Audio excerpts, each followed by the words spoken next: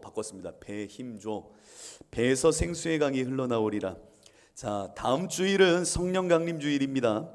절기를 두신 하나님의 목적에 따라서 우리 주사랑 지체들 가운데 하나님의 이 성령이 임하시기를 진심으로 소망하고 또 축복합니다. 유대인들은요, 초막절 기간이 되면은 7일 동안 이제 성전에 올라가되 실로암 못에서 물을 떠서 제단의 서편에 물을 붓는 수고를 7일 동안 이 초막절 기간 동안 행하게 됩니다. 그러니까 7일 동안 이 일을 행한 후 다음 날 큰 명절처럼 큰 날로 많은 사람들이 성회로 모여서 말씀을 듣고 그 안에서 하나님을 다양한 방식으로 찬양하며 예배를 올려드립니다. 초막절이 끝난 8일째 되는 날을 오늘 요한복음을 보면 뭐라고 명명하고 있냐면 명절 끝날 곧 큰 날이라고 명시합니다. 그러니까 큰 날, 이것을 헬라어로 보면은 메가스라고 말하거든요. 그러니까 메가커피 할 때 그 메가입니다. 그러니까 메가스, 큰 날. 그래서 명절이 끝난 다음 날을 큰 날이라고, 비가시적인 시간인데, 보이지 않는 시간인데 그들은 큰 날, 거룩한 날, 하나님께서 특별히 구분한 날로 삼아 그 시간에 함께 모여 성회로 하나님께 예배했다라고 하는 겁니다. 보이지 않는 시간인데 거룩한 선을 그어서 분기점, 특이점을 마련하는 겁니다. 이 날은 하나님께서 영원히 이 시간으로 들어오고 말씀이 인생 안으로 들어올 수 있도록 하나님의 거룩이 속됨의 이 시간 안으로 뚫고 들어오시는 시간으로 큰 날이라 명하면서 열어두었던 겁니다. 그런데 이 날에 예수님께서 한 번도 밝히시지 않았던 놀라운 말씀을 그 모인 사람들 앞에서 선포하게 됩니다. 누구든지 목마르거든 내게로 와서 마시라 라고 말씀하십니다. 이 말씀을 여러분들 큰 날의 기점으로 우리가 오늘 이 시간 들어야 됩니다. 누구든지 목마르거든 내게로 와서 마시라. 여기서 예수님이 말씀하시는 목마름은 육체의 갈증은 아닙니다. 이 정도는 우리가 알죠. 육체의 갈증은 아니라는 걸.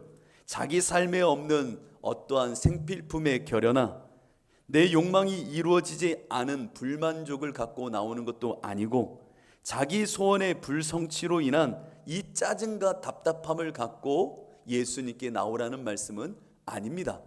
그러니까 육체의 갈증, 육체의 소욕에 있는 것들 때문에 내 앞에 나오라는 의미는 아니겠죠. 오늘 화자이신 예수님이 우회적으로 그러면 무엇을 원하는 자들에게 이 말씀을 하시는지를 밝히 보여주고 계십니다. 누구든지 목마르거든 내게로 오라. 육체의 갈급함이 아닌 정말 예수 안에서 누려야 될 것을 보는 자들은 오라는 겁니다. 그러니까 예수님께 구할 수 있는 것, 예수님으로부터 얻을 수 있는 것을 아는 자 나에게 오라는 말씀입니다. 곧 예수 그리스도가 부재함으로 일어나고 있는 영혼의 갈증을 알고 있는 사람들, 그들은 나에게 오라는 겁니다. 내가 없어, 예수가 없어, 하나님이 부재함으로 일어나는 인생의 갈증, 그 갈증이 있는 자들은 나에게 오라는 겁니다. 여러분, 하나님이 없는 인생은요, 단 한 명의 예외도 없이 채워지지 않는 존재의 공허라는 것을 갖고 살아갑니다. 무언가 모를 내 마음속의 공허함, 불안함, 그리고 채워지지 않는 갈증이라는 것이 인생에게는 있습니다.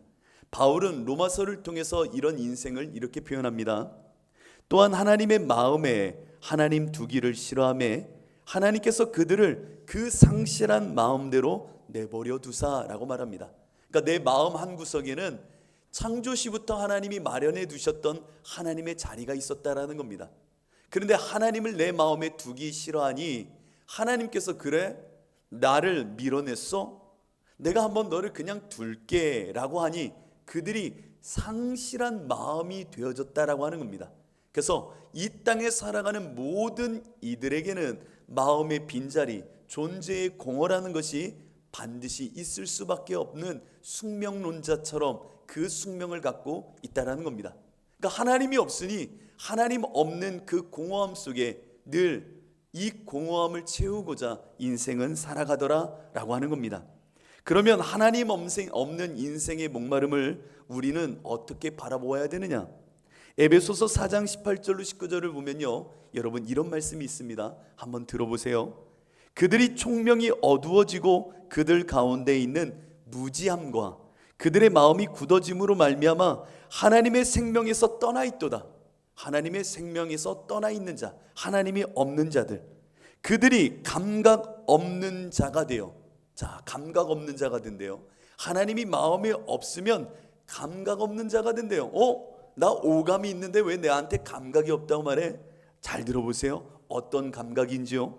감각 없는 자가 되어 자신을 방탕에 방임하여 모든 더러운 것을 욕심으로 행하되 라고 말합니다. 그러니까 하나님이 없으니 내 마음에 감각이 없다. 하나님을 감각하는 영적인 교통함에 소통함에 감각이 상실되므로 하나님을 떠나 방탕함으로 사는 자가 되어졌다라고 말하는 겁니다. 정말 이것이 오늘 인생의 실상이고 우리의 본 모습입니다. 예레미야 2장 13절은 또한 이런 말씀을 하십니다. 내 백성이 두 가지 악을 행하였나니, 두 가지 악을 행했대요.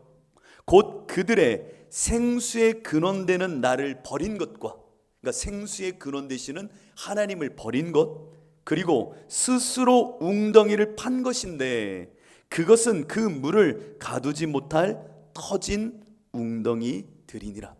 그러니까 하나님을 버린 것도 그들에게 잘못이고, 또 하나 하나님을 버렸어요. 생수의 강이신 생수 대신 하나님을 버린 후에 뭐 했대요? 자신이 스스로 웅덩이를 파서 물을 채우려고 했다라는 겁니다.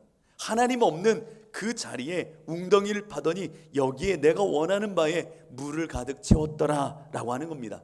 이 말을 조금 바꾸면 하나님이 없으니 공허한 나의 인생 가운데 돈으로도 채워보고, 나름의 명예도 한번 가져보고, 나름 출세도 한번 해보고, 나의 감각을 깨울 만한 쾌락에도 빠져보았지만 이것은 모두 다 터진 웅덩이일 뿐이더라 라고 하는 것을 말씀하시는 겁니다. 자, 그런 우리에게 예수님이 뭐라고 말씀하세요? 누구든지 목마르거든 나에게 오라고 지금 말씀하시는 겁니다. 그러니 우리가 예수님께 나아가는 이 시점에서 그들이 이 큰 날, 거룩한 이 분기점의 날에 들어야 되는 음성이 분명해지는 겁니다. 저분이 지금 목마른 자 오라고 하는데 육체의 갈증 때문에 오라는 것 아니라 예수가 없는 존재의 공허함을 아는 자들은 오라는 말씀이구나 라고 들어야 된다는 겁니다.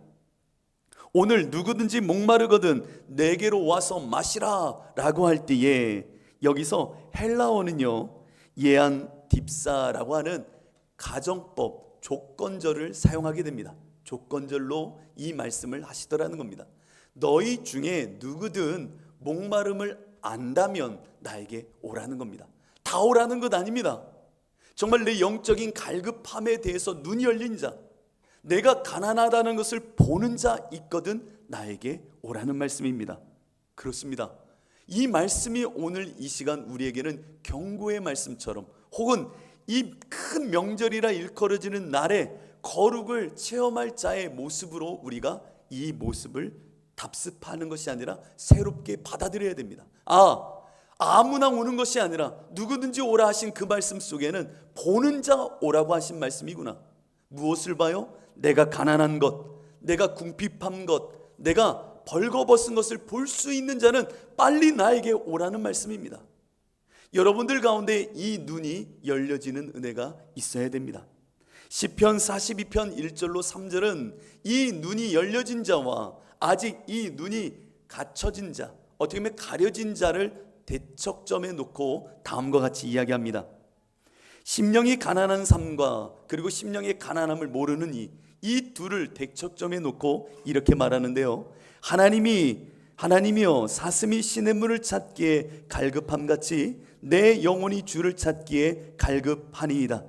내 영혼이 하나님 곧 살아계시는 하나님을 갈망하나니 내가 어느 때에 나아가서 하나님의 얼굴을 배울까. 이 심령의 가난함이 열려진 자는 이렇게 하나님을 찾더라는 것이죠.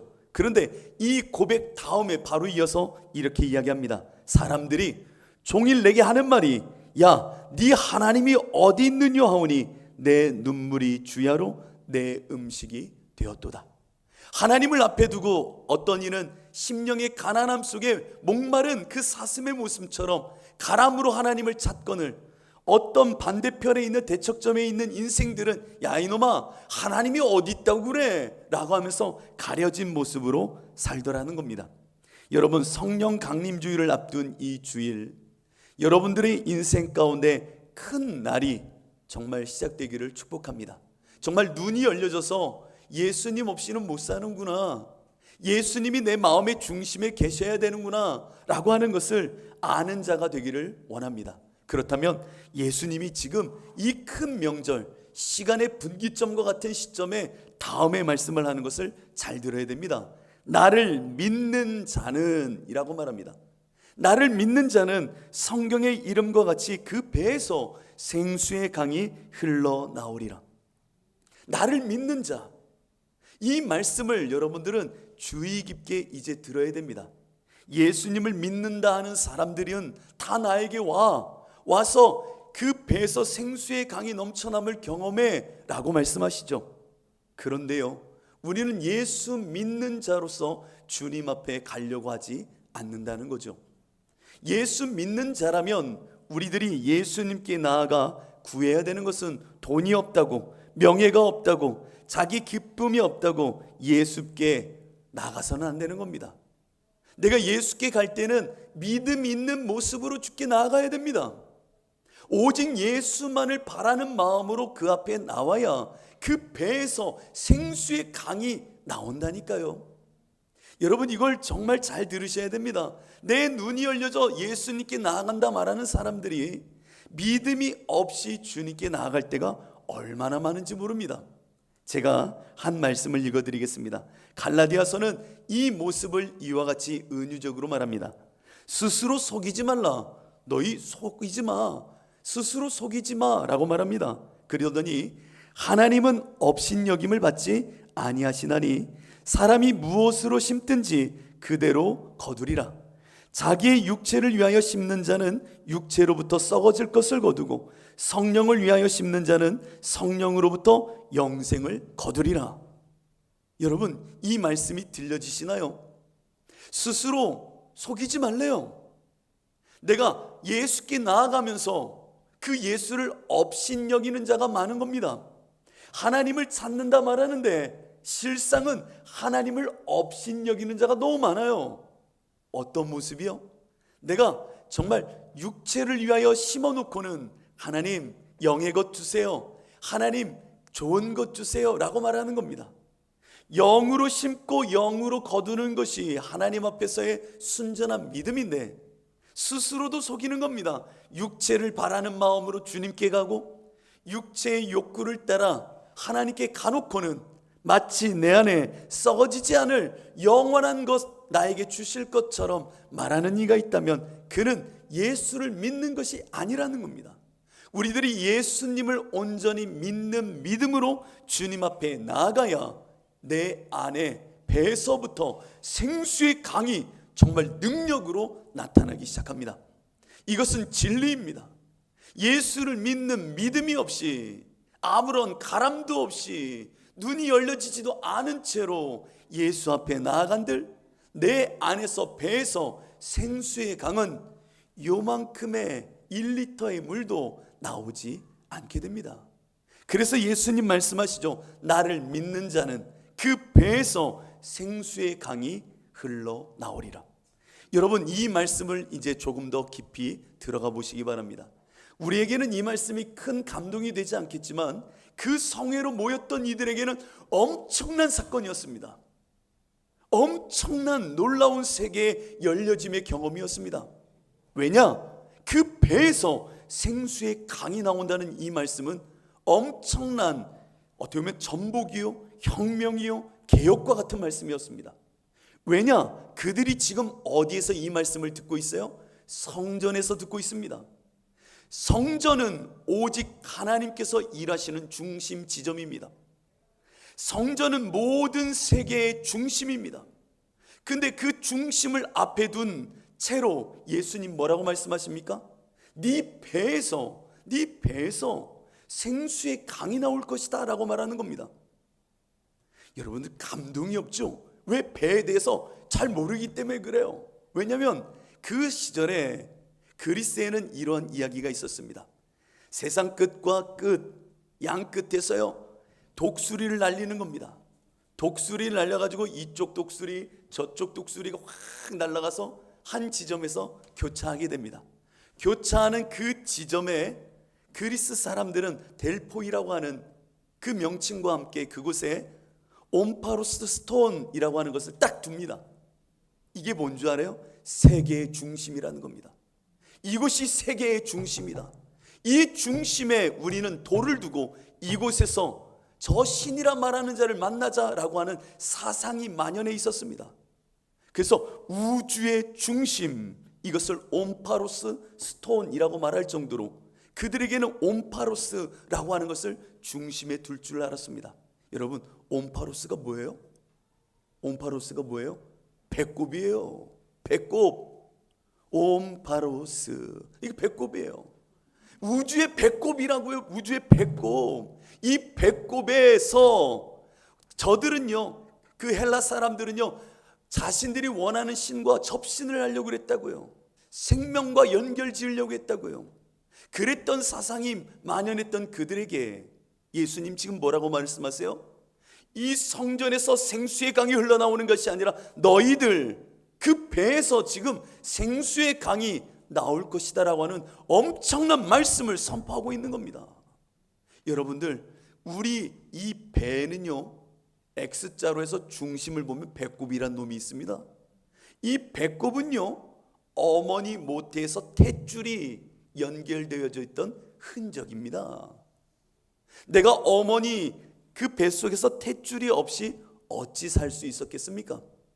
그 탯줄이 연결되어져 있어서 생명을 공급받고 그 어머니의 영양분을 통하여 그 어린 모습이 이제 장성하여 출생의 자리까지 나오게 되는 것 아닙니까? 이 탯줄의 흔적이 배꼽인 것처럼 이 배꼽은 나에게 있어 존재의 중심이 되는 역할을 한다는 겁니다.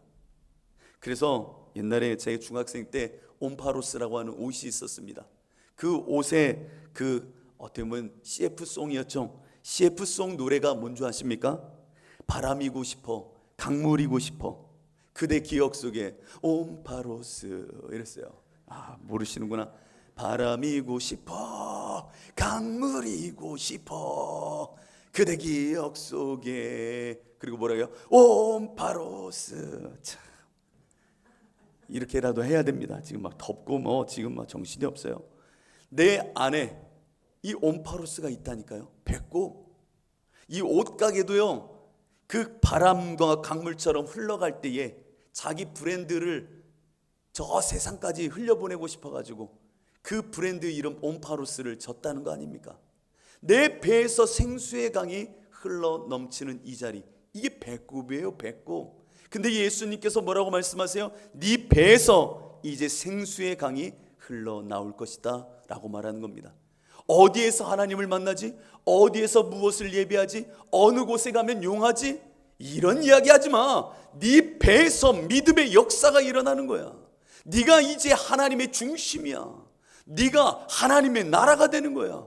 하나님의 나라가 어디에 있다 하며 여긴가 저긴가 뛰어다니지 마. 너 자신이 하나님의 나라가 도래하는 자야. 이것을 예수님이 우리에게 말씀하신다라는 겁니다. 하나님의 믿음의 역사는요, 다른 사람에게 나타나는 게 아니에요. 여러분들에게 나타난다는 겁니다. 옆 사람을 통해서 그 사람이 나에게 뭘 전해주는 게 아니라 여러분들이 믿음 있는 그 모습 속에, 여러분들의 그 중심 속에 하나님이 탯줄을 연결하셔서 하나님의 생수의 강이 일어나는 역사를 여러분 자신에게 일어나게 해 주시겠다라는 겁니다. 여러분, 이렇게 해야 좀 정신이 바짝 들어요. 어떤 얘기냐면, 우리 교회에 어떤 분이 오셨었어요. 근데 그분이 우리 교회 오신 이유가 뭔 줄 아세요? 예언을 받았대요. 그랬더니 우리 교회 가래요. 예언 받았더니 우리 교회 가라는 예언을 받았대요. 예언을 받아서 왔대요. 그래서 저는 참 신기했어요. 그러더니 금세 또 떠나가셨어요. 아니 예언받아서 왔으면 좀 계시던지 왜 가셔? 라고 저는 말하지 않았어요. 그냥 가시라고 했죠. 예언받아서 왔대요. 그런데요, 그분의 인생이 너무 가슴 아픈 거예요. 왠 줄 아세요? 뭐 이렇게 다른 사람의 이야기를 듣고 여기저기 또 여기저기, 언제까지 그 예언 듣고 살 건데요? 믿음의 역사는 내 배꼽, 내 인생의 중심에 하나님이 연결되어져서 나를 통해 역사하는 거예요. 뭐 이렇게 이 사람 저 사람, 이 교회 저 교회, 이 목사 저 목사, 아니에요. 그 믿음의 역사는 내 배꼽, 내 배에서 생수의 강이 넘쳐나는 거예요. 요즘 교인들이 너무나도 여기저기 예언을 받는다, 어떤 신유가 있어 막 쫓아다니는 일이 많아요. 그 사람을 통하여서 뭐가 나올 줄 알고. 아니요, 여러분 스스로에게 하나님이 역사하시는 겁니다. 예수님 말씀하시잖아요. 믿는 자에게는 너의 그 배에서 생수의 강이 나오리라. 엄청난 혁명적인 이야기입니다. 이 성전도 아니라는 거예요. 너희 배에서, 네 인생 속에 그 믿음의 역사는 시작된다는 겁니다. 배꼽은요 사실 흔적일 뿐입니다. 탯줄이 있었던 흔적입니다. 그런데 그 흔적을 통하여 우리가 무엇을 누립니까?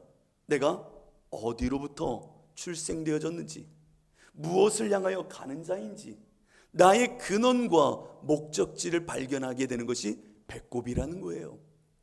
여러분, 예수님 니고데모에게 이런 말씀하십니다. 정말 너희들이 거듭나지 않고는 저 하나님의 나라를 볼 수도 없고 그 나라에 갈 수도 없다고요. 거듭난다는 게 무슨 얘기예요? 새로운 배꼽, 육신의 배꼽이 아니라 하나님 안에서 거듭나 새로운 생명의 탯줄을 얻은 자가 돼야 하나님께로 나아가며 그 나라를 볼 수 있는 자로 살 수 있게 된다는 겁니다. 자, 여러분들에게 영적인 배꼽이 하나씩 있죠. 여러분 영적인 배꼽 하나씩 있잖아요. 십자가라고 하는 그 엄청난 하나님과 연결지어진 배꼽의 흔적이 있으시잖아요. 여러분들이 그 생수의 강에 흐르는 배꼽을 주시하여 보십시오. 예수 그리스도의 흔적이 내 안에 있는 이 모습, 그렇다면 이 배꼽이 하나님과 탯줄처럼 생명으로 연결되어져 있구나. 내가 거듭나 이 십자가의 흔적이 있으면, 그래 나를 그 생명의 줄로 연결하셨지.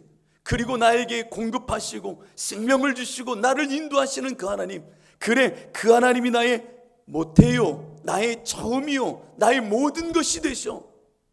이것을 배꼽이 있는 자, 배에서 생수의 강이 흘러나오는 자들은 이것을 모든 것으로 여기는 겁니다. 그래서 바울은 이런 고백하죠. 이후로는 누구든지 나를 괴롭게 하지 말라. 내가 내 몸에 예수의 흔적을 가졌노라. 내 안에 배에 배꼽이 있다는 얘기예요. 하나님으로부터 오는 생명의 줄, 이 줄이 내 안에 흔적으로 남아있다라는 거예요. 십자가, 이 십자가가 내 안에 있어 생수의 강이 넘치는 자요, 내 안에 하나님의 역사가 내 안에 지금도 살아 움직이고 있다라는 겁니다. 그러니 세상아 나를 괴롭게 하지 말라. 내 안에 예수의 흔적을 나는 갖고 있다라는 겁니다.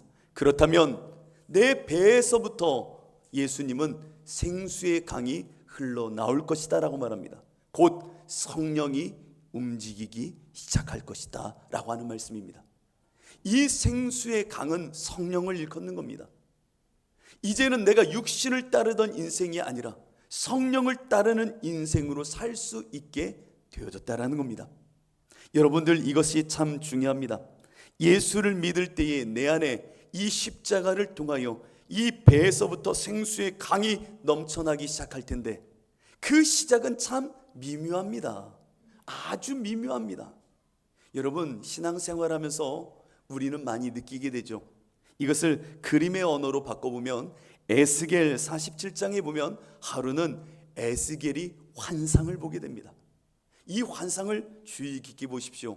하루는 이 환상 속에 어떤 사람의 인도함을 받아 성전 앞에 가게 됩니다. 성전, 좀처럼 이렇게 감동이 없지만 성전이 딱 있다고 생각해 보세요. 조금 전에 초막절 너머의 큰 명절로 그 성전 앞에서 예수님 말씀하셨잖아요. 또 에스겔도 그 성전 앞에 딱 서 있는 겁니다. 그런데 오른쪽 문지방 밑에서 물이 철철철철철철철 흘러나오기 시작하는 겁니다. 환상 중이에요.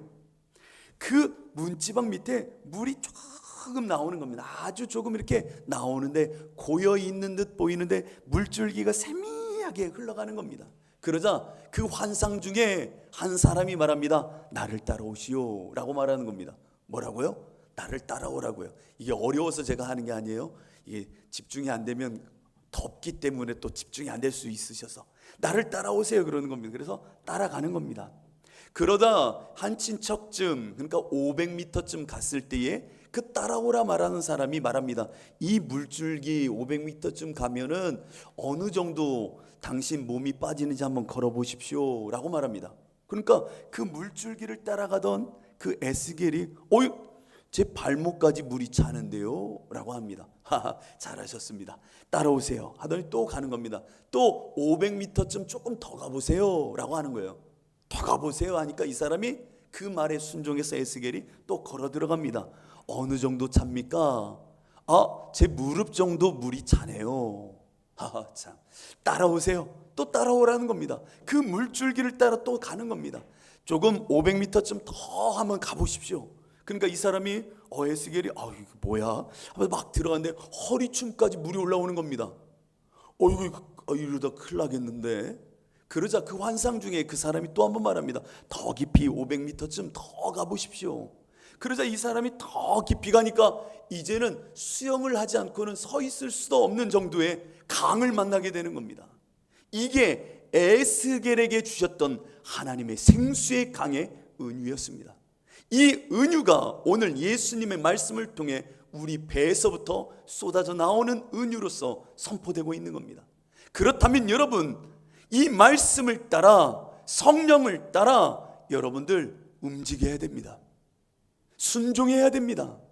가느다란 물이지만 성령이 알게 하시는 마음이면 그 믿음을 따라 그 걸음을 옮겨야 믿음의 이 역사와 생명수가 내 안에 일어나는 그 놀라운 사역과 하나님의 일하심의 열매가 내 안에 일어나기 시작하는 겁니다. 순종해야 됩니다. 성령을 따라 움직여야 됩니다. 이것이 진정한 우리 안에 해방자의 모습입니다. 예수 안에 있는 자에게는 결코 정죄함이 없나니 생명의 성령의 법이 죄와 사망의 법에서 해방하였습니다. 여러분, 해방은요 배꼽 얻는 수준인 것이지 완성된 게 아니에요. 많은 사람들이 내가 예수 믿었으니 다 구원도 받았고 완전 성화에 이르렀어 라고 착각을 합니다. 아니요, 배꼽 하나 얻은 것 뿐이에요.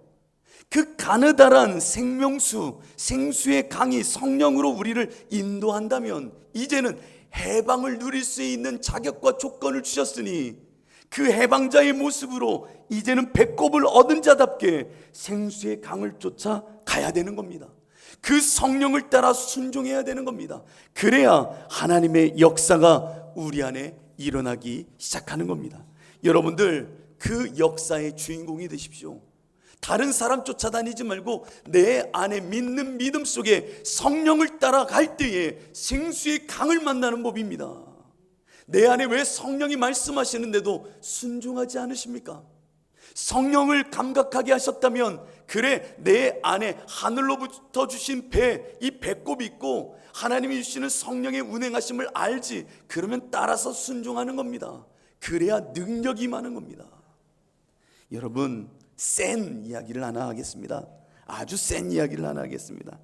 그래야 좀 성령 따른다는 게 그렇지 라고 할 수 있기 때문이죠.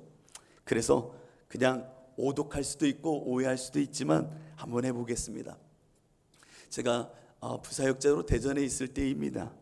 대전에 있을 때에 갑자기 저희 신방 전사님이 전화를 하셨어요. 전화를 하셔서 제가 전화를 받았죠. 전사님 왜 이 늦은 시간에 전화하십니까? 그랬더니 지금 대전 성모병원으로 빨리 와주셨으면 좋겠습니다 라고 하시는 거예요. 대전 성모병원이요? 이 시간에 왜요? 그랬더니 지금 한 권사님 이제 소천하실 것 같아서 이제 중환자실에서 빨리 와서 이제 가족들 마지막 면회하라고 합니다 라고 하는 거예요. 그래서 급히 갔지요. 그리고 나서 병상에 누워있는 권사님을 뵙고 제가 기도를 하려고 한 겁니다. 이제 임종 예배를 드리고 기도를 하는데 제 마음속에 갑자기 이런 마음이 드는 겁니다. 치유라고 하는 그 생각과 함께 이분을 고쳐달라고 하는 기도를 하는 겁니다. 여러분 같으면 임종 예배를 가서 고쳐달라는 기도를 하는 게 정상입니까? 아니요. 정말 이건 말도 안 되는 일이죠. 신뢰고 무례함입니다. 근데 제 마음속에 자꾸만 그 마음속 한구석에서 성령이 주시는 마음이 치유를 구하는 마음으로 기도하라는 마음을 주시는 겁니다. 저도 이성이 있고요, 주변 환경 파악할 수 있고요, 분위기 파악도 할 줄 아는 사람이에요. 근데 내 마음속에 찰나와 같이 일어나는 그 마음을 따라 저도 모르게 치유를 구하는 기도를 마지막으로 하게 됐습니다. 그리고 나선 병실을 나오는데 가족들이 의아하게 보는 겁니다. 의아하게 보는 겁니다. 이제 임종을 맞아서 방금 전에 의사가 눈을 보고 나가셨는데 오자마자 목사가 한다는 얘기가, 하나님 당신의 피 묻은 손으로 고쳐달라는 기도를 하고 있으니 이게 말이 됩니까? 그리고 나선 기도를 멈추고 나왔죠. 그리고 나서는 전사님께 말했습니다. 아유, 오늘 임종 예배를 드렸는데 제가 실수도 한 것 같고, 아무튼 다시죠. 그리고 장례는 어떻게 교회에서 주관으로 하신대요? 아니면은 가족들이 또 다니시는 교회에서 위로 예배로 우리가 섬길까요? 그랬더니 그 차후에 목사님 연락드릴게요 합니다. 그리고 나서 나왔죠. 그리고 일주일 정도가 시간이 지날 때였습니다. 여기저기 신방을 하다가 갑자기 그 생각이 나는 겁니다. 방금 일주일 전에 임종 예배를 드렸는데 왜 연락이 없지? 라고 하는 생각이 들어서 운전하다 말고 전사님한테 물어봤어요. 전사님, 그날 우리 임종 예배 드렸던 분 왜 장례 이야기가 없으세요? 라고 했더니 그분이 그러는 겁니다. 지금 일어나서 죽 드시고 계세요. 그러는 겁니다. 죽을 드신다고요? 그랬더니 그 전사님이 막 깔깔거리면서 막 웃으세요. 그러면서 이건 농담으로 들으세요. 그러더니요, 우리 교구에 소문이 다 퍼졌어요. 그분 죽 드신다고. 그러더니 우스갯소리입니다. 시어머니 신방 다 거절한대요. 그러는 겁니다. 그래서 이게 뭔 소리야? 그랬더니 그렇게만 들으세요. 그러면서 제가 너무나도 신기한 거예요. 저는 실수라고 여겼고 이건 맞지 않는다 생각했는데, 야, 성령의 일하심과 알게 하심은 인간의 이성으로는 한계 지을 수가 없는 거구나.